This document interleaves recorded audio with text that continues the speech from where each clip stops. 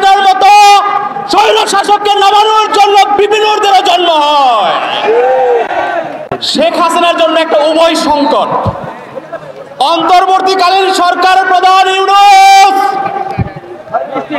বিপদ তাড়ানোর জন্য যে দোয়া পড়তে হয় সেই দোয়ার নামও ইউনূস। হাসিনা পড়েছে উভয় সংকটে। আমরা বলে দিতে চাই, আগামীর বাংলাদেশ তারুণ্যের বাংলাদেশ, আগামীর বাংলাদেশ ছাত্র জনতার বাংলাদেশ, আগামীর বাংলাদেশ বিপিনুরদের বাংলাদেশ। এক স্বৈরাচার দাঁড়িয়েছে, আর কোন স্বৈরাচারকে এই বাংলার মাটিতে পয়দা হতে দিব না। ক্ষমতা শিয়ালের মুখ থেকে নিয়ে খাটাসের মুখে দিতে আমরা রাজি নই। সাবেক হাসিনা সরকারের প্রতি বলে দিতে চাই, গত 15 বছরে প্রায় 20-25 লক্ষ কোটি টাকা বিদেশে পাচার করেছেন। কি ভেবেছেন বিদেশে পালিয়ে গেলে বেঁচে যাবেন?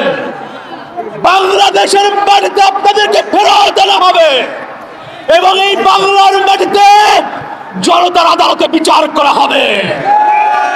গত 15 বছরে 4-5 হাজার লোক নির্বিচারে হত্যা করা হয়েছে। আমাদের মাঝে স্লোগানে মুখরিত স্লোগান নিয়ে এসেছে মুন্সিগঞ্জ জেলার নেতাকর্মী, তাদেরকে করতালি দিয়ে শুভেচ্ছা জানানোর জন্য আহ্বান জানাচ্ছে।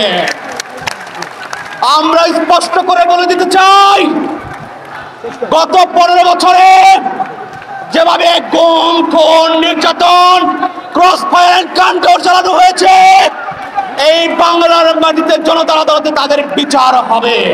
গণ অধিকার পরিষদ সংগ্রামী সভাপতি ডাকসুর সাবেক ভিপি বলেছেন যে বাংলাদেশের চলমান আন্দোলন এমন কিনারায় গিয়ে পৌঁছেছে, আর মাত্র 10% বাকি। আপনারা সাধারণ জনগণ রাস্তায় নেমে আসেন, শুধু রাস্তায় টিকে থাকেন, এই স্বৈরাচারী সরকারের পতন হবে। গণ অধিকার পরিষদের সভাপতির সেই কথার প্রতিফলন আল্লাহ তাআলা রেখেছেন। সংগ্রামী বন্ধুগণ, বাংলাদেশে বর্তমান এই গণঅভ্যুত্থানের পর যে সকল জায়গায় সহিংসতা হচ্ছে, সেই সহিংসতা রুখে দিতে আমাদের ছাত্র যুব জনতা ও সমস্ত রাজনৈতিক নেতৃবৃন্দকে এগিয়ে আসতে হবে।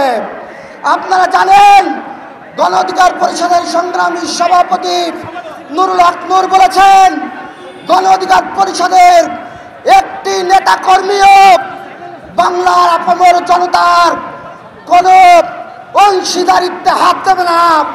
বাংলাদেশের জনগণের কোন সম্পদ, এমনকি একটা সুই পর্যন্ত লুটপাট করবে না। গণ অধিকার পরিষদ বিশ্বাস করে আগামীর বাংলাদেশ সম্প্রীতির বাংলাদেশ হবে। গণ অধিকার পরিষদ সহ যে সকল রাজনৈতিক নেতৃবৃন্দ এবং সাধারণ মানুষ আজকের এই সংগ্রামে নিহত হয়েছে, সকলের আত্মার মাগফিরাত কামনা করে আগামীর বাংলাদেশ গণ অধিকার পরিষদের বাংলাদেশ হবে এই কামনা করে, আপনাদের সুস্বাস্থ্য কামনা করে